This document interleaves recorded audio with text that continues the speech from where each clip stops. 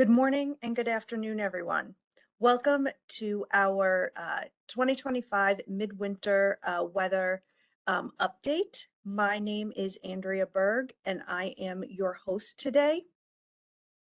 I just want to go over a few housekeeping notes. We are recording today's webinar, so if you have any colleagues or want to revisit the webinar, we will send out a link to the recording a few days after the close of this webinar. If you have any technical difficulties, please reach out to me via the chat.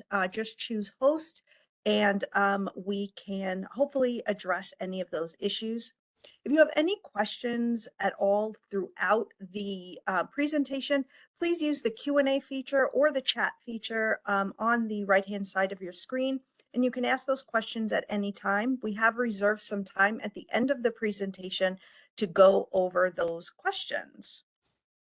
So with that, I am going to turn the presentation over to Stephen Strum, and he will kick us off today. Sorry, yes, he will kick us off today. Actually, I apologize. I think it's Nathan. Sorry about that. Just having my coffee. Nathan, it's over to you. All right, thanks, Andrea, and welcome everybody. We have a lot to go over, so let's get started. Here's our the two presenters today, myself and the leader of our team, Stephen Strum. We're going to bring you all the information today, and here's the agenda for this. We're going to go through what has happened so far this winter, and it's been quite active, especially in recent weeks. And we'll switch over to the forecast, and we'll go over some of our techniques. So we'll use ENSO, Outlook, and analog patterns, which is our statistical method based on past years. Then we'll go over the polar vortex, what it has been doing and what it will do. And then we'll compare all that to the computer model projections. And then we'll pass it over to Steve, who will wrap this up for us into a seasonal outlook that will go through April, along with the heating degree day information. And then we'll talk a little bit about how this will impact you, especially the utility, aviation, transportation, and offshore sectors. So let's go over a little bit of what has happened so far. And so far, we've had a slow developing La Nina. So it's been a kind of a late to the party type thing, but it is here now. And we've had kind of a split jet stream. So see on the jet stream image here on the right where all those green colors and red colors and orange colors are, that's where the jet stream winds have been stronger. So you notice here getting into the northwest to a certain degree and then across the south. And then another polar jet stream way up north that's been kind of hung up there. And then see two little areas that are weak in between. So what does that manage to do? Well, first thing it's done is it's yielded one of the coldest Januaries in the past 15 years with some Arctic air intrusions. But November and December were generally mild, but even the run up to Christmas contained a colder period, kind of a preview shot as to what was to come. So it had some high impact storm system that has been mostly across the south so far this season, and lake effect snow has been busy with this colder air. So December, we're taking a look at some temperature rankings. So we take a look at every December for the past 130 years and determine where the temperature has ranked. So the higher numbers, the closer to the warmer you are. And on the right, precipitation, and in the central and western part of the country has been very, very warm. Arizona, for example, experienced its record warmest December overall, and most of the other western states aren't far behind in the 120s, and that is to include Nebraska through Texas. But a little bit further east, it has been a little bit not quite as warm. It's been mid and upper 80s. And on the right, precipitation has been very, very dry across the Four Corners region into the Central Plains, and then a little bit across Florida. But it has been wetter across the Pacific Northwest and parts of the Midwest and into New England. But nothing extraordinary other than Arizona. It's their second driest December on record. A little bit about the polar vortex so far. And on the right, you see the image. There, all that dark blue is just south of the pole. That's where the polar vortex has been. Now, notice it's been kind of shifted around a little bit further south across Canada. So it has been moved around, but those dark colors indicate that it has been very strong. Another indicator that it has been very strong are the zonal winds or that northern jet stream that's wrapped around it. So on the top image, you see what the winds actually are in those 60, 70, 80 um, meters per second wind speeds have been very robust. And on the bottom, you see anomalies. So you see the 20, 30, 10s. So most of the season, we've had a very, very strong polar vortex, despite the fact that it has moved around. So the cold has come, but the polar vortex has not been the cause of it this time around. So for recent trends, for November, we started above average in the central and eastern part of the country, pretty mild December, a little bit cooler in the southwestern part of the country. And then December, we just talked about being very, very warm across the central and western U.S. Along in the eastern seaboard, it has been not quite as warm, maybe a little bit more seasonable right along the coastline, and a little warmer the further inland you go. And then that yielded to a very different January where things have been cold just about everywhere across the country, with the exception of California and parts of Maine. But the southern part of the country has been hit the most with a widespread 5-6 degree below average anomalies. Now, January, this is counting what has happened and what is to come. So widespread cold for the month. This has been a very intense month compared to recent. Despite all that cold, this is national heating demand. So heating degree days, anomalies so far, where all the red is, that is reduced heating degree days, especially in the central U.S. and in most of Canada, very reduced versus normal. And of course, the reason for that is we got off of that slow start with the coolness. Warm in December, warm in November. So even though it's been cold in January, it hasn't made up for that. Only in Florida and then right along the southeast coast has it come even close to average. Taking a look at Great Lakes ice coverage, so far we are below average, again, despite the cold.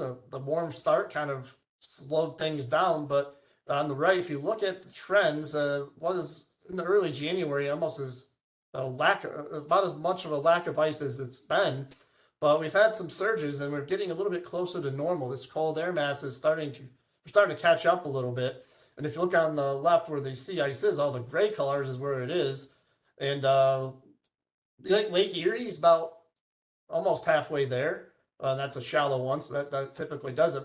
But other locations, there's not a whole lot of ice out there. And water temperatures are still a chunk above freezing. Some of those green colors are in the upper 30s to low 40s. So there's a ways to go for some of the other lakes to freeze. So I'm not anticipating that to be a problem, even though it's been so cold. Precipitation wise, November started out very active in the central U.S., stretching back in towards Oregon and Northern California. And it was very, very dry in the east. Matter of fact, we had some brush fires starting in the New York City area for that long stretch of dry weather that ended in November. Now in December, it became a little bit more active across the Pacific Northwest, the lower Mississippi Valley towards the Great Lakes, and in the Northeast, which ended that wildfire threat. But it was a little bit drier in the Southwest and along the Southeast coast. And then in January, it's been, despite the fact that there's been some snow out there, precipitation has been dry across most of the Midwest through the Northeast and Mid-Atlantic.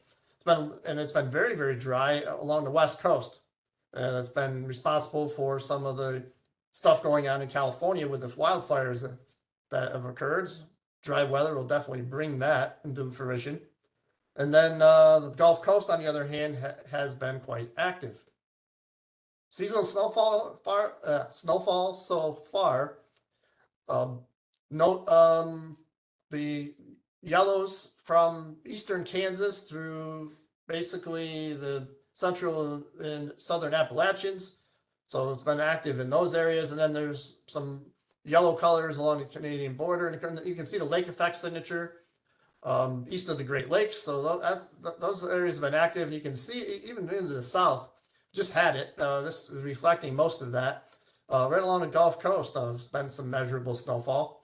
But if you look at the anomaly picture on the right-hand side, the greens are above average. So most of the above average snow has been closer to the Great Lakes, especially the eastern Great Lakes, the Appalachians, and then back through the Tennessee Valley, the Lower Ohio Valley, and then through much of the South.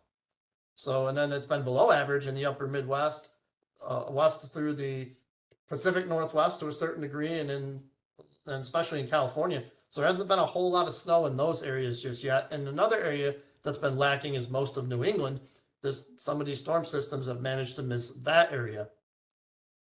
So a few highlights real quick. Excessive dryness led to some wildfires in parts of the New York City metropolitan area in early November. 229 separate fires were dealt with by the New York City Fire Department. And then on the opposite end of that spectrum, widespread rainfall amounts 4 to 8 inches from Oklahoma and through Missouri into central Illinois. That produced significant flooding in early November. And had 16 tornadoes occur on 11/4 with that event. And then second week of November, major Pacific storm brought heavy rain and mountain snow to the Pacific Northwest and Northern California with 70-mile-per-hour wind gusts in favored spots right along the coastline and in the mountains. And then it had some lake effect that got going later in the month, 11/30 to 12/2. So put down a couple feet of snow so to get things going there. And then December, it was one of the warmest Decembers on record we talked about across most of the Western Plains, but that wasn't all that occurred. Of course, we had the fire developing in California. Franklin fire started there in early December. That was kind of just the beginning. And then lake effect kind of kicked in for the middle part of the month, had 40 inches of snow in some localized spots in upstate New York. And then some major severe weather outbreak across the South with 90 confirmed tornadoes and 267 damaging wind reports as between Christmas and New Year's. So that was pretty significant. And then January, it's been very active. The Eastern Kansas to Maryland event that occurred very early in the month, and then had the major lake effect snow event occur on the backside of that. 65 inches was the max total across portions of Oswego County in upstate New York.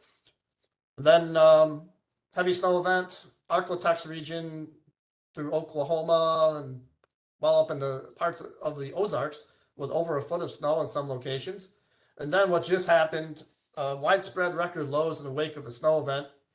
Then a historic blizzard right along the Gulf Coast region put 6 to 12 inches of snow in the hardest hit areas. And the first ever blizzard warning were issued in the vicinity of New Orleans. So very high impact event. And of course, on the opposite side of that, the Palisades fire got going on January 7th, and then major damage to Malibu vicinity and other fires were sparked from that one. So definitely impactful so far. Taking a look at global temperatures, though, in January, we're pretty much the only show in town. All that blue across the United States. We're some of the coldest anomalies on the planet at this time. If you look across Europe, especially Central Southern Europe and most of Asia, Australia, and North Africa, all above average, and southern sections of South America, the same idea. So even though it seems cold right now, we're not other parts of the globe aren't really joining us. Severe weather so far this winter. That south event across the South late in December was the majority of it, and then early January there was one event in kind of similar areas, lower Mississippi Valley. But other than that, it's been pretty quiet. Just that one major event. So from now, let's take this over into the seasonal forecast realm and see what's going to happen going forward. So what goes into a seasonal forecast? Well, first of all, we talk about ENSO because it's a pretty large component. And depending upon how strong it is, usually around 40% of the winter can be explained by that. Sometimes more if it's a stronger event, sometimes less if it's a weaker event. And we have pretty good skill at diagnosing what ENSO is going to do for the most part. Maybe some details get missed along the way, but the general idea is we usually have that figured out pretty well. The polar vortex can be a big issue. Sometimes could be half the season, sometimes could be nothing. So average maybe 30%. We have fair skill. What I mean by that is that we're pretty good at looking at winters and telling you if it's favorable or not favorable for a disturbance. But what we can't do is telling you when the disturbance exactly will happen, what type it will happen, and the exact impacts. We can't do that. But we can put warning signs up on years that could have polar vortex disturbances. And then other subseasonal things like the MJO, the Madden-Julian oscillation, or thunderstorm clusters in the tropics. Their strength and location can alter the pattern in short time frames and can it make an imprint on the season if it's strong enough. And then snow cover. If you have a lot of snow cover over one area, temperatures are usually 5 to 10 degrees cooler than if you didn't have them there, and that can certainly have an impact as well. And of course, trends. So stuff that has been happening will continue to happen. We're pretty good at identifying those trends and applying them to the forecast. Let's take a look at the main seasonal drivers, and we are in a weak La Nina state right now, and that will peak later on this month and then persist through the rest of the winter season. So looking at the sea surface temperature anomaly map on the right, you can see the blues that are along the equator west of South America. So that is our weak La Nina. Those colors aren't very blue, but they are there. And then the other place we like to look is the North Pacific Ocean, and we have the negative phase of the Pacific Decadal Oscillation. And basically what that means is that there's a lot of warm water across the northwest and north central Pacific with cooler water along the west coast of North America. And then in the Atlantic Ocean, we have the warm phase of the Atlantic multi-decadal oscillation, AMO. And what that means is that there's basically a lot of warmth in the North Atlantic overall. Even though there is some cooler water in the Northwest Atlantic, it's still warm overall, and it still has an impact on the pattern. So what we like to do is go back in the record and look for years that have similar ocean temperature patterns as to what we're having now and what we're expecting, and that can give us some clues as to what type of weather might be coming. And let's focus on ENSO for just a moment. And what you see here are average water temperatures in that ENSO region we just showed you, tropical Pacific west of South America. And these are forecasts and modeling centers all across the world, so we get a lot of different opinions on the matter. And in order for it to be a La Nina, you want to have the average temperature anomaly to be 0.5 degrees Celsius or colder, and we are barely there. So right away here, we are just barely below, and the thick red line is going to be the average. So now here, we're just about as cool as we're going to get now, or at least over the next couple of weeks. And then things will start to weaken as we go through the late winter and especially into the spring. So eventually, La Nina will weaken to ENSO neutral for the spring and the summer season. And let's talk about some short-term ENSO trends and impacts. So what we have on the right are trade wind measure forecast. And when you have strong easterly trade winds near the equator, it tends to cool off the sea surface temperatures in the ENSO region. And when you have the strong westerly anomalies or weaker trade winds, which is what the orange represents, then you have it'll tend to warm up those temperatures. And in the center, you have the upper ocean heat anomaly map, and what's going on there is you have an upwelling Kelvin wave, so that's what's going on below in the ocean. And when you have those go through, it tends to bring cooler water from the subsurface up to the surface, and that can cause cooling as well. So what this is trying to say is that for late January and early February, there's going to be a lot of those blues on the map. So we're going to have a combination of increased trade winds and our upwelling Kelvin wave coming eastward. Those two things will bring this event to peak late January or maybe even very early February. That's trended later with each passing model run. So we're going to have our event peak there. So La Nina's peak influence on the pattern will probably be February into March with all this in mind. So let's take a look at some analogs. And sea surface temperature analogs, we picked 10 years, some of which are stronger than others, so we weight them accordingly. And these are what the sea surface temperature looked like during those years. So it picks out the main ideas. Have the cooler look in the tropical Pacific west of South America. Have the warmer northwest, north central Pacific, cooler along the west coast, and warmer temperatures in the Atlantic. So some of these years will have cooler water than others. Water temperatures have warmed up over the years. So it's not going to look exactly right. And if it was, it would be easy and everybody would know what's going on. So that's what makes this unique. But this doesn't show a pretty good representation of what's going on. And our jet stream analog suggests that the jet stream is going to lift up into the northern part of the country as the La Nina takes shape, and have a weaker jet stream winds where the stronger jet stream winds were earlier this winter. So this is suggesting that we're going to have a pattern change. So let's take a look at what that means. In February, the analog suggests a near to above average temperatures across the eastern U.S. and below average temperatures in the south central and west. And precipitation, we're going to shift the storm track up into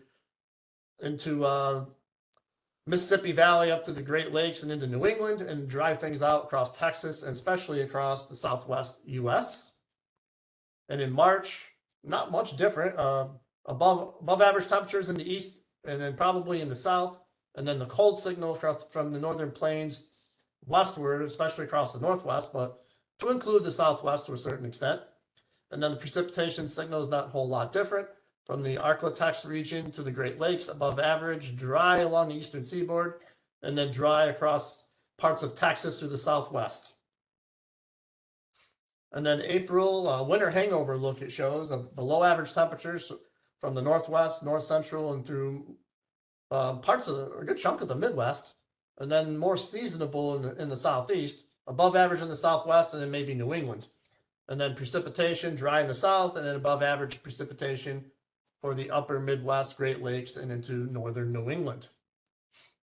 So adding it up for all three months, above average temperatures in the east, below average temperatures in the north central and northwest, and active precipitation from the Arklatex region, northern Gulf Coast states, Tennessee Valley up towards the Great Lakes and into northern New England.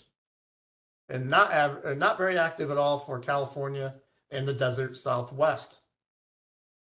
So what I did here, we took trends in daily temperatures. So for all our analogs, we took a 1 week average, and that's we do that to smooth out the extremes. And then we do a weighted average. So starting mid-January, going through April, note we're starting out very cold, below average temperatures.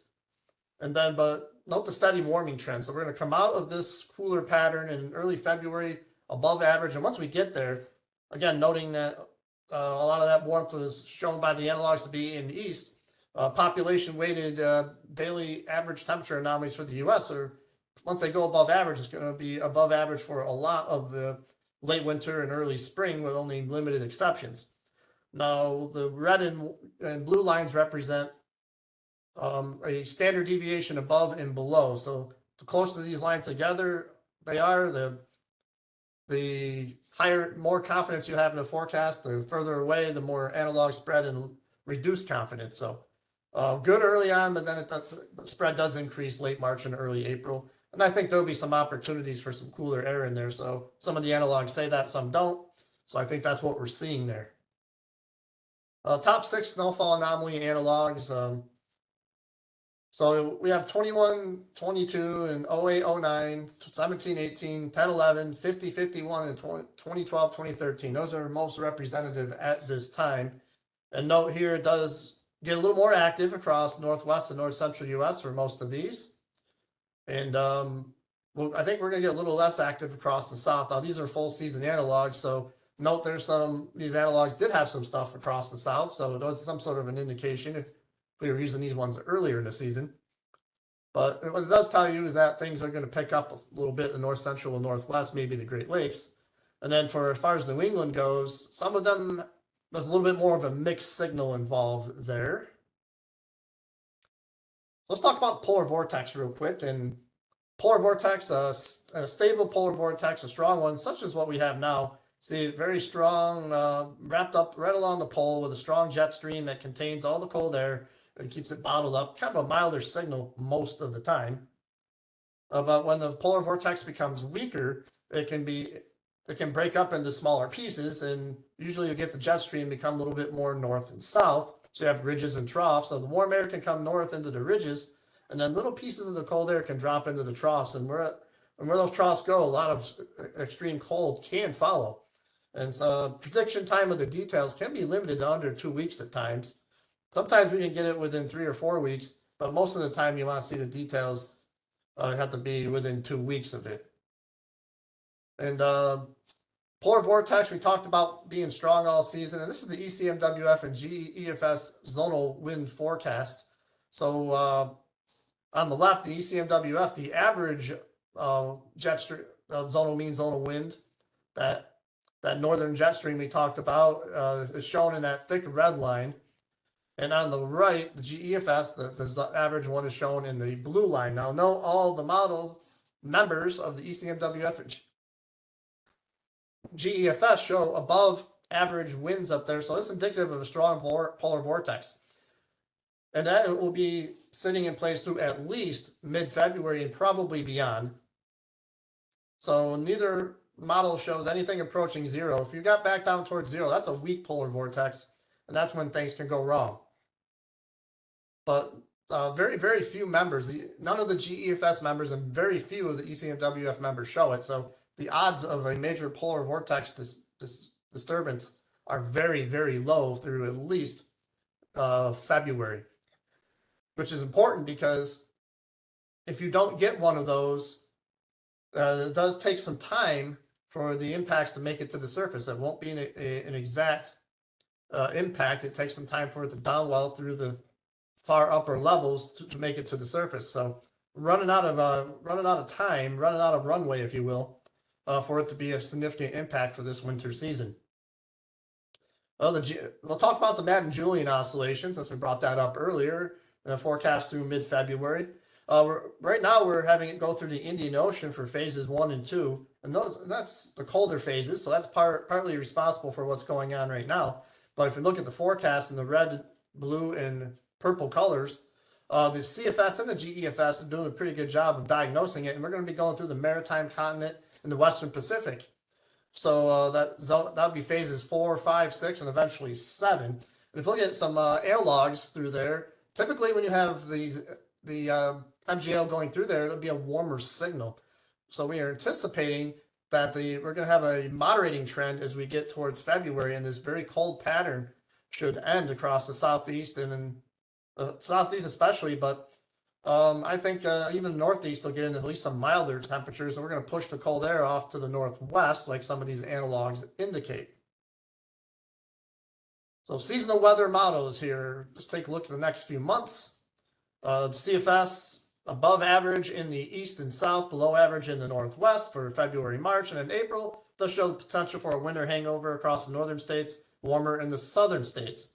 And for precipitation, above average across the northern tier through the Ohio Valley, February, March, below average near the Gulf Coast. And in April, above pretty much the same idea for the most part. So a bit active in the north. That's the screaming message. And the ECMWF pretty much on board with this idea, not much different. So it is a little warmer than the analogs across the east and south, which I kind of agree with. And as Steve will get to it, we'll incorporate that thinking to a certain extent into the forecast. And then the active northern areas, and then down to the Ohio and Tennessee valleys, that shown just like the analog show. So pretty good signal, I think. So with that, I'm going to send it over to Steve, leader of our team, and he's going to close us out with the forecast. All right, thank you very much, Nate, for running through what we've seen so far and what we're looking at for the forecast for the remainder of the winter season and the early spring. So again, we take a look at all the similar analog years, the model guidance, recent trends, and kind of apply that to those 30-year normals to come up with our final forecast in terms of the anomalies. Looking at a month-to-month basis here for February through April, you can see the general trend is generally very close to our actual February to April composite map. Overall, a warmer southern and eastern U.S. than we've seen by far this month in January, but kind of a persistently cold pattern from the north-central U.S. up across the northern Rockies and into the northwest. So that's kind of the general trend we're looking at. But notice definitely some month-to-month variability. After a warmer February across the eastern U.S., a little bit closer to average in March, and then fairly close to average in April across the eastern U.S. The story there will be some periods of very mild weather across the eastern U.S. in both of those months, but both months also have the potential to see a period of colder weather. We could see one of those develop during both March and April that could help those months to average near normal if they are cold enough during those cold spells. But do expect a general pattern that's going to feature more warmer days and colder days across a lot of the eastern U.S. for the remainder of the winter season. If you look at our degree day forecast here on the bottom, you can see for the most part, even with the colder weather we've seen during January. We are also looking to see the winter average come in a little bit below normal in terms of our HDD totals. And that's also the case for the remainder of the winter season for February to April. Again, with the colder weather focused in the lower population areas of the north central and northwestern US, it won't have as big of an impact on the HDD totals compared to the widespread cold of January. And so generally speaking, with that southern and eastern US warmth, we should be looking at generally above average temperatures on a US population and gas weighted basis, keeping those degree day totals a little bit lower than average. Now, if you look at kind of our forecast risk scenarios here, we do have the potential that we could see more widespread warmth than what's currently indicated in our forecast. We are looking, though, to see a fair bit of cold air develop and expand across Canada as we head through February, and that will be available to come down into the northwestern quadrant of the country. So more than likely, we will see some cold in those areas, but there is some risk that we just, have a real hard time getting much of that south of the US border, and that could limit the expansion of cold in those areas and generally allow the warmth to be more pervasive than what's currently forecast. On the other hand, if one or two of those cold waves is quite a bit stronger, one or two intense cold waves could really have an impact on the average for the remainder of the winter season and early spring. Even if it is warmer than average most of the time, 1 week of strong cold anomalies can really eat into that and result in a much more expansive area of below normal temperatures for the next 3 months in terms of the seasonal average. Again, though, we are looking to see a lot of conditions favor a warmer pattern across the eastern U.S. But again, the MJO could vary a little bit from what's currently forecast. If we do see a major disruption to the polar vortex during February, that could have a bigger impact on March and April as well, resulting in a colder end of the winter season and early part of spring. And of course, how snow cover evolves as we head through February will be a big factor as well. If we have above average snow cover across a lot of the north central US, especially going into the spring season, that typically helps maintain the cold in those areas longer. Now, again, looking at the gas-weighted HCD forecast, this winter is likely to come in colder than the last 5 winters in terms of the entire heating season. However, note that we're still pretty close to the trend line. And so if we go back, prior to the last 5 years, this would have still ranked as a generally milder winter overall. And again, we are looking for the entire November to March period to come in a little bit below average because we did have a very mild November and December, which is going to be kind of hard to outweigh even with the cold January. So unless February and March come in dramatically colder than currently forecast, it's going to be really hard to get the entire November to March HDD total to an above average level. Now, if we look at the precipitation outlook, you can see there is going to be some changes from what we've seen so far this winter season across parts of the central and the northwestern US. For the most part, we haven't had a persistent wet pattern across the northwest like we typically see during a La Nina winter. We had a period of wet conditions out there, but and lately we've been in a much drier pattern again across all of the western US. That should change. We should go back to more of a typical La Nina regime with more rain and snowfall across the northwestern US. How far south that gets into Northern California remains a little bit uncertain. Southern California and the Southwest should remain drier than average for the most part for the remainder of the winter season. But it's possible the northern part of the Sierra do see a little bit more precip than indicated, but for the most part, a wet north, drier south regime is expected there. But with that colder northwestern quadrant of the country and the warmer southeastern US, that is going to set up a storm track across the central US from southwest to northeast from the Central Plains up towards the Great Lakes, which will bring a lot of rainfall to the Ohio Valley, Tennessee Valley, and southward, but potentially increased snowfall, from Nebraska up into the upper Midwest and the Great Lakes areas. And so those areas should be seeing more of a typical winter pattern that we see with La Nina, with more snowfall in those areas. But a lot of areas from the Ohio Valley southward, where we are going to be seeing more warmth take place during February, should see most of the precipitation fall as rain, and we could see a fair bit of it as well during February, and generally a similar pattern for March and April as well, with the Ohio, Tennessee Valley, Great Lakes region staying wetter than average. The main change, though, as we head into spring is that the northwestern U.S. could also trend at least seasonal, if not a little bit drier than average as we head into April. So more of a widespread drier regime across the West as we head into the middle of the spring season.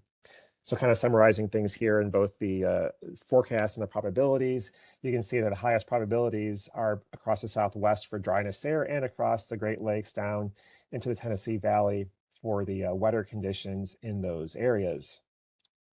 Now, our snowfall forecast, this is for the entire winter season, and obviously every individual storm has a huge impact on things, and we didn't fully get all the snow from the last day or so into the southeast, but for the most part, we are looking to see a lot of the central and eastern U.S. come in a little bit above average in terms of snowfall. There's going to be gaps here and there where, different locations miss out on the snow and other areas that pick up more, but generally speaking, that's kind of the trend there.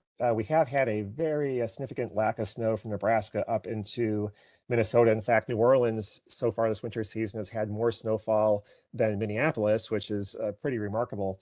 And so that should change as we go forward, with the La Nina pattern kind of really taking hold here for the remainder of the winter season. So more snowfall than average may actually occur as we head towards, especially March, at the very end of February and March across the upper Midwest and north central US. And that will boost the snowfall totals quite a bit, but most likely because of the very dry and snowless first half of the winter season in those areas, it may be difficult to outweigh that.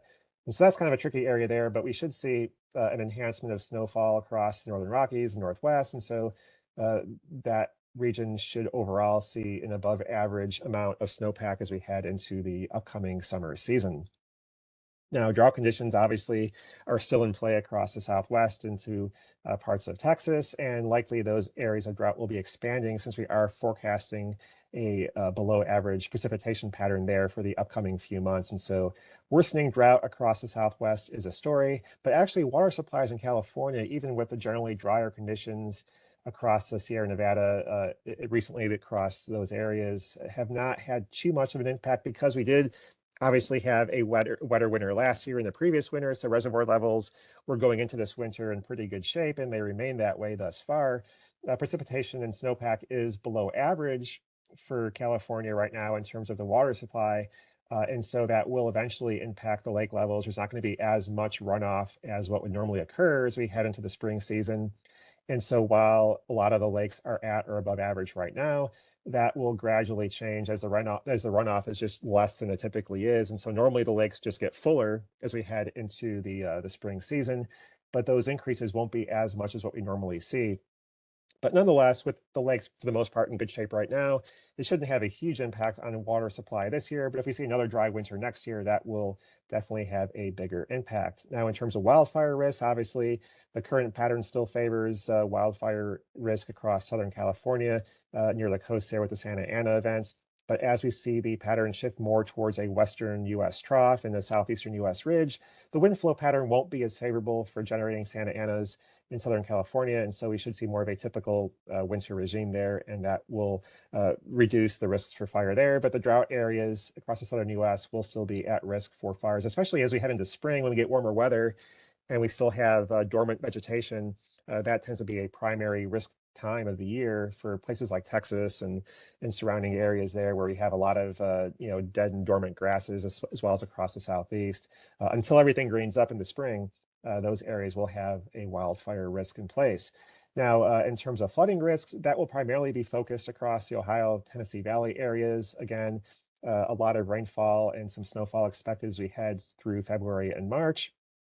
And depending on the timing of that and how concentrated the rainfall events end up being, obviously a lot at one time is going to cause more of a flooding problem than this kind of a steady cadence of rainfall every week or so will in terms of having the highest water levels. But nonetheless, those areas will be the areas to watch for flood levels to be impactful as we head into the spring season. Now, kind of summarizing the rest of the winter season from February through April, again across the Northwest, a colder pattern overall for that region for pretty much February and March, and then maybe moderating thereafter into April a little bit. And also same with the precipitation, wetter than average across that area, February and March, and then moderating to more typical levels as we head into April. The Southwest, there could be some cold that sneaks down in there during February, but for the most part, the remainder of the forecast period in March and April look to be warmer than average, and for the most part, the entire period drier than average. And so that will lead to an expansion of drought. The north central US, really the main area there that will see the most persistent cold for the remainder of the winter season and early spring, and also a general increase in snowfall across that area, as well as the pattern becomes more active in terms of the storm track. And so above average snowfall likely in many areas for the remainder of the winter season. That may not be enough to get the entire winter season above average, but above average from basically here on out expected in those areas. Across the Great Lakes down towards the Tennessee Valley area. Again, those areas likely to be wetter than average for the remainder of the winter season, kind of a back and forth temperature regime. They'll be in between the warmth in the southeast and the cold across the north central US. So there'll be some cold periods for sure, especially western areas, but overall not like we've seen in January so far in terms of the persistent cold. And the East Coast, as well as down the Gulf Coast in Florida, again, a warmer pattern for the remainder of the winter season, especially in February. Likely a cold shot here and there, especially end of February into March and maybe again into April, but just not the persistent cold that we've seen so far. And also with the storm track being farther west, basically the Appalachians and westward, there won't likely be as many impacts from coastal snowfall events going forward. There'll still be some, but just less than average going forward for the remainder of the winter season. Now, looking north of the border into Canada, a very persistent cold pattern expected in those areas of Western and Central Canada, really as well as Alaska for the remainder of the winter season, especially in February, but likely that cold lingering through most of March and April as well. But Eastern Canada staying for the most part persistently warm as we head through the remainder of the winter season, at least warmer than average.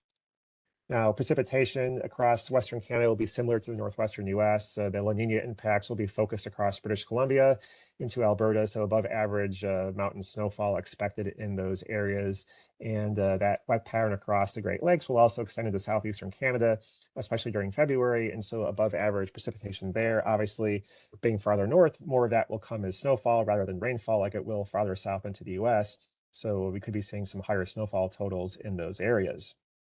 Now, temperatures elsewhere in the globe, kind of like what we saw in January with a cold focused across the US, pretty much the same story for the remainder of the winter season, cold across Canada, the northwestern parts of the US, as well as Alaska, but really everywhere across Europe and Asia, likely averaging warmer than normal for the next few months as a whole. Obviously, there'll be periods of cold here and there mixed in during that time period, but on average, those areas are forecast to average warmer than average for the remainder of the winter and the early part of the spring. Our renewables outlook across the U.S. does favor, with an active central U.S. storm track, a windier than average pattern, especially across the central Rockies, central and southern plains areas. And so more wind generation production expected the next few months than is typical this time of the year. Obviously, the dryness across the Southwest will in turn be accompanied by more sunshine than average. And so that should favor above average solar production in those areas as well. So key messages here for the remainder of the winter season. Overall, our analogs or our models generally favor a warmer southern and eastern U.S. for the balance of the winter season and a colder north central and northwestern U.S. Again, we could see the pattern turn colder again, however, late in February into March for a time across the eastern U.S. So while we could see a kind of a long stretch of milder weather during February in those areas, it's possible the month could end up seeing a trend back towards colder weather. So we'll be watching that. But obviously, by that time in the year, you're not going to be seeing cold as intense as what we've seen here in the last week or two.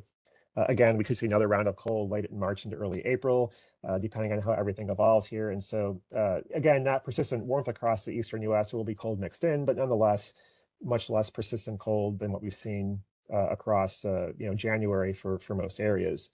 The wet pattern in February and March across the Great Lakes down towards the Tennessee Valley will be impactful in terms of potentially leading to some flooding issues. Obviously, helping as well across the northwestern U.S. to help increase snowpack totals and hydro supply as we head into the spring and summer seasons. And again, the upper Midwest areas that haven't seen a lot of snowfall so far this winter, like Minneapolis, we'll be seeing a lot more of that likely during the remainder of the winter season. And so, we should get those areas at least closer to average for the winter totals with the increase in snowfall the next couple of months. And also that active central U.S. Storm pattern will, as the climate warms here in March and April and we get more spring-like warmth and humidity building up, especially coming up from the Gulf, that will also increase the risk for severe weather outbreaks, especially as we head towards the latter part of March and April and we do get more of that warmth that's meaningful and higher humidity levels. So this could be a favorable pattern for above average severe weather across parts of the southern US later into the spring season. So looking at some individual utility or impacts for different areas here for utilities, we are looking to see the highest demand period of the winter season kind of wind down here. Typically, mid-January is the coldest period of the winter, historically on average, and obviously we kind of maximize that this year with the very cold anomalies coming in during the climatologically coldest period of the winter season. But both of those are now trending in the opposite direction. The pattern is trending warmer after this week across the southern and the eastern US. And obviously normals are beginning to warm as well. And so, while we will see periods of cold, we shouldn't see levels of demand as high as what we've seen here this past week. Obviously, the snowfall we've seen across the south the last couple of days is extraordinarily unusual. And so that will have some short-term impacts, but for the most part, the South should be generally seeing below average demand going forward here after the remainder of this week. And once all that snow melts, and we should see for the most part a milder regime the majority of the time going forward here for the remainder of the winter season. But the north central US, northwestern US, those areas will certainly be seeing more impactful cold. And again, as we head into the spring season, we'll have to watch out for some impactful severe weather events that take place across parts of the southern US that could create areas of outages, especially as the tornado frequency increases and so forth as well. Now, if we look at the aviation side, the jet stream track has basically favored a lot of the southern US storms lately, but that will be shifting northwestward with time as we head into February and March, kind of where it typically is during La Nina. So weaker winds across the south and stronger winds across the northern tier of the US at jet stream level, which will be impacting flight times in those areas. And of course, the storm track being there as well will have a much bigger impact on, both flying conditions as well as airport conditions in those areas. So potentially a lot more delays than we've seen so far in Chicago, Minneapolis, Detroit, and those areas. But obviously across the southern US, where conditions will be quieter than what we've seen, especially across the Southwest, places like Phoenix and Dallas and so forth, likely seeing fewer days of impactful weather in those areas. On the transportation side, obviously some very high impact events recently across the southern US.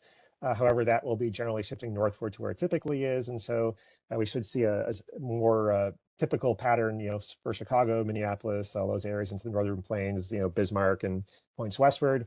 A lot more snowfall causing more road condition issues in those areas. The mid-Atlantic and Northeast, though, for the most part, with the storm track staying farther west, likely seeing wetter conditions overall, but for the most part, below average snowfall in those areas as well for the remainder of the winter season. There still will be some snowfall events most likely for the major cities of Philly, New York, Boston, that whole corridor, but likely fewer events than we typically see with the storm track kind of favoring the Appalachians and points westward for the snowfall events when they do occur.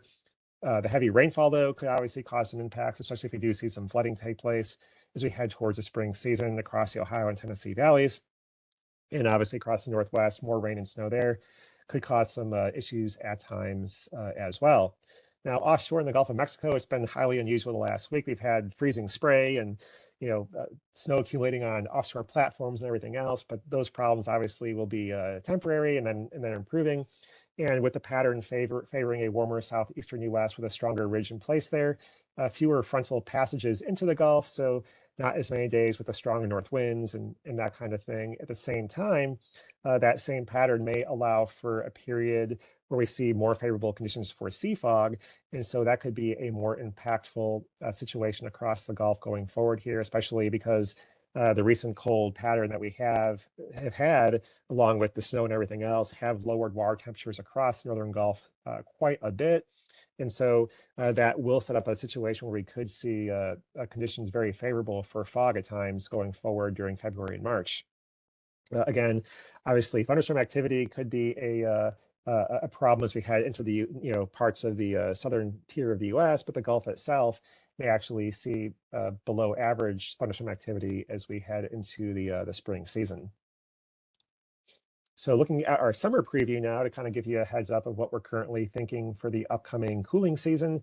For the most part, most of the U.S. Again favored to average warmer than normal, but the strongest anomalies favored across the plains and the central and northern Rockies. Obviously, still a lot of uncertainty this far out in terms of whether the current La Nina will just stay kind of a neutral ENSO regime or transition to a neutral ENSO regime going forward into the summer, or if we'll see a transition to a weak El Nino, which looks less likely, but that can't be ruled out either.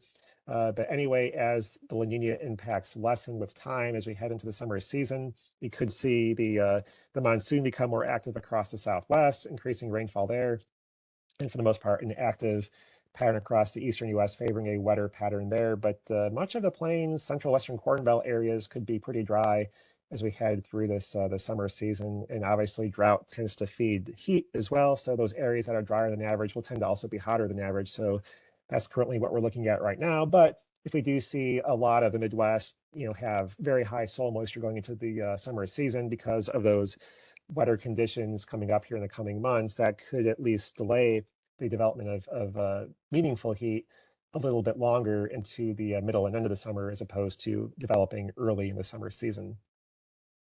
So that's pretty much the wrap up here for the forecast for the remainder of the winter season. Again, warmer trends for the southern and eastern U.S., colder for the northwestern U.S., impactful snowfalls shifting into the northern U.S. here going forward in the coming weeks across the Dakotas, Minnesota, Great Lakes regions, and more rainfall, potentially heavy at times across the Ohio Valley and the Tennessee Valley area, especially during February and into March. So with that, I'll see, Nate, have we had any questions come in that we can try to tackle? Well, we've had a couple, but just a reminder, if anybody has any additional questions that we don't cover, please enter them in the chat feature or the Q&A feature, and we'll get those answered the best that we can here during the remaining 9 minutes that we have. But so far, lake effect has been kind of more active so far this season. Do we expect that to continue going forward? Do you think that'll continue to be a thing? Yeah, I can answer that. So a big impact on or big factor in the high lake effect totals that we saw earlier in the winter season was just the very, very warm conditions that we had during the late fall. The Great Lakes were well above average in terms of temperatures as we headed into the winter season. And so when we've had some of these sharp cold waves come through, we had the one prior to Christmas and obviously the current one. We've had a larger differential between the Great Lakes water temperature and the air temperature than what we normally would see. And so the events that have happened have been very, very high snowfall producers.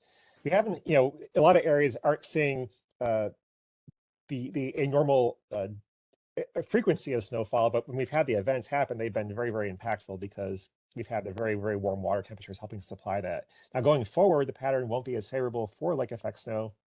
And so that should become less of a factor, and the overall storm track will tend to favor snowfall being farther west as well. So some areas have had above average snowfall because of the lake effect so far this winter, but likely a lot of those areas may end up averaging below average for the remainder of the winter season, at least across the eastern Great Lakes. Probably not so much across the upper Great Lakes. So off Lake Superior, for example, where things don't typically ever freeze up, those areas could see an increase in lake effect possibly as we head into February, with the storm track kind of enhancing flow at times off Lake Superior, but probably a less impactful eastern lakes going forward. Thank you. Got a couple more come in here. Talking a little bit about agriculture in the Mid-Atlantic region, kind of an overall question about that in terms of planting. One thing I'll take this one, Steve. One thing I'll say is it's kind of difficult for us to give advice on that, at least direct advice on that at this juncture. But suffice it to say that probably have a little bit more active rainfall pattern getting into the Mid-Atlantic region than what has been occurring as this new pattern sets up as we get into the latter part of the winter. So more and more rainfall events. Now that could create some muddy conditions here and there, but what I don't expect it to be a total region-wide washout. So I imagine there's going to be some haves and some have-nots that occur in there. So for some people, I think getting out into the field a little early could occur as we get into February or get into March and April. But for some others, there could be that get hit by a heavier rain shower.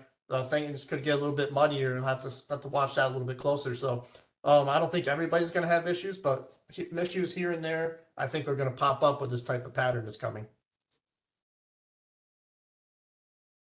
All right, when we're talking precipitation pattern for the Midwest, February through April, do you think it'll be more rain than snow, or could there be other precipitation types in play?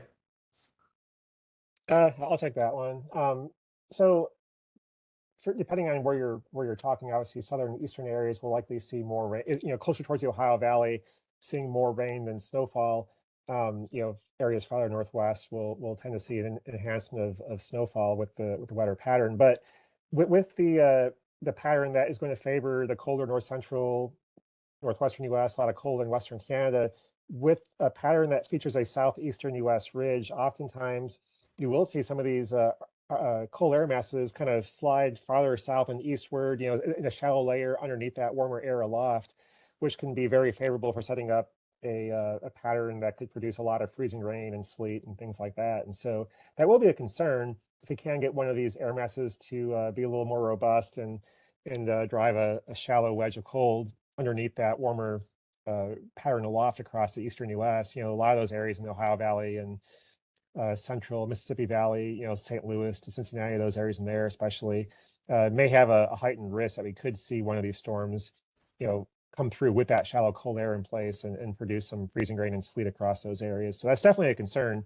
that we could see less snowfall in those areas, but not necessarily liquid rain with some of these storms. That will be something we'll have to watch very closely with each individual passing storm. Yeah, I couldn't agree more. That will definitely be something that we're going to have to keep a close eye on. And with the snow thing, and you look at the snow map below, kind of shows you there's going to be some haves and have-nots in the Midwest. Storm tracks during La Nina years, sometimes it'll hit the same area over and over again and miss some of the other areas over and over again. It can get consistent. Doesn't always stay that way, but it can do that. So I would anticipate that some areas in the Midwest that might be expecting more snow might actually get less, and then some other areas that haven't been getting snow with this new pattern could get more. So it's going to be very event dependent, and there's going to be a lot of hit and miss type of activity depending upon where these storms exactly track. But the mean storm track from the Central Rockies to the Great Lakes towards New England, that's going to be kind of the average, but some storms could go a little further north, some could go a little further south, and that will make the determination on who gets the snow and from these events and who doesn't.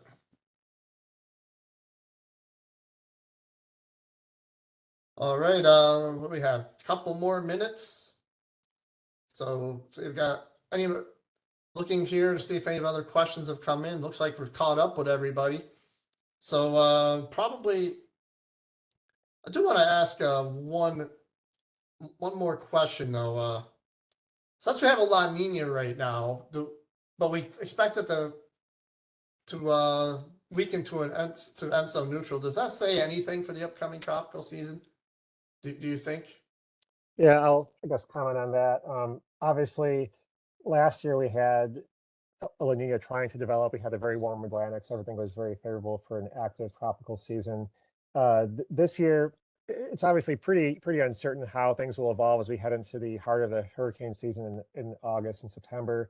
At the moment, with the Enzo trending towards warmer conditions as we head through the summer season, not to El Nino per se, but just maybe a warm neutral, something like that for a period of time. That would be less conducive for tropical activity.